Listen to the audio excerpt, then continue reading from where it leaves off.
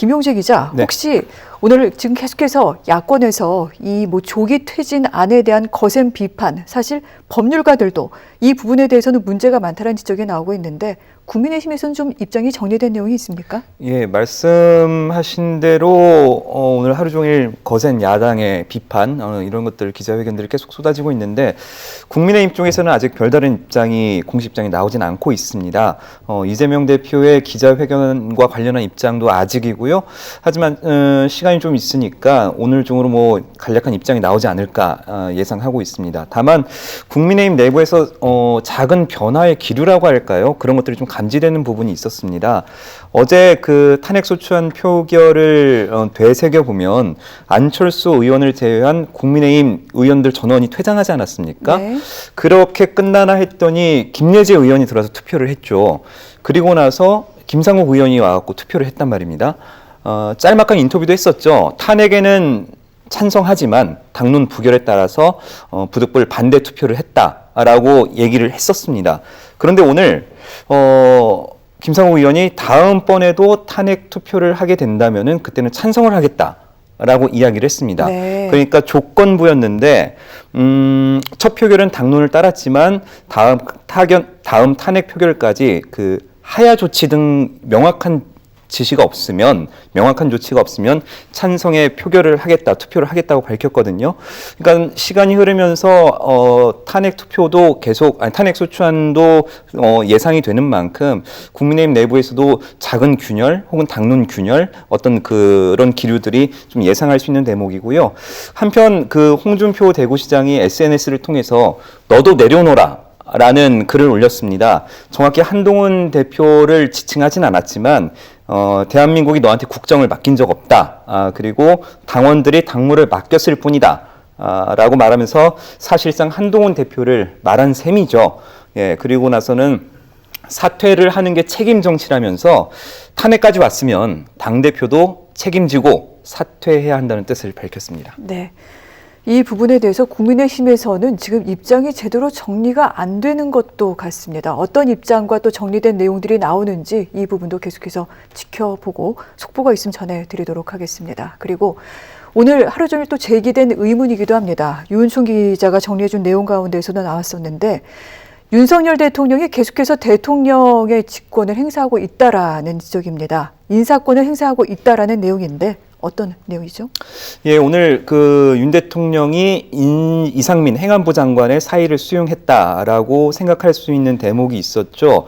그 행안부가 입장문을 통해서 이상민 장관이 사의를 표명했고 그 사의가 수용됐다고 밝혔습니다. 사의를 표명했고 누가 사의를 표명했는지는 정확히 나와 있진 않아요. 하지만 이 부분을 가지고 윤 대통령이 인사권을 정상적으로 행사하고 있다라는 지적 혹은 비판들이 쏟아지고 있죠. 당에 일임한다고 했고 그리고 오전에 한 총리와 한 대표가 사실상 대통령 직무 배제를 선언했는데 네. 이런 인사권을 행사하고 있다는 정황이 사실 이번이 처음은 아닙니다. 김용현 전 국방부 장관의 사의를 수용을 했었고요. 그리고 최근에는 홍장원 국정원 1차장 후임으로 오호령 특별보좌관을 임명을 했었고 그 사실은 오늘 뒤늦게 알려진 거죠. 그렇죠. 뒤늦게 네. 알려졌죠. 그리고 앞서서는 이제 박선영 전 의원을 장관급인데요. 네. 진실화해 위원장으로 임명을 했었습니다. 그래서 야당은 이 인사 조치로 그 내란숙의 혐의를 받는 윤 대통령이 여전히 군 통수권과 함께 정부 인사권을 행사하는 게 드러났다라고 이제 정조준하고 비판을 했는데 그런데 아까도 말씀드렸지만 한 총리와 한동훈 대표가 윤 대통령의 직무를 배제한다고 한 만큼 윤 대통령이 정상적으로 인사권을 행사한 건지 아니면 여기 한 총리와 한동훈 대표가 얽혀 있는지는 조금 더 따져봐야 할 것 같습니다. 네.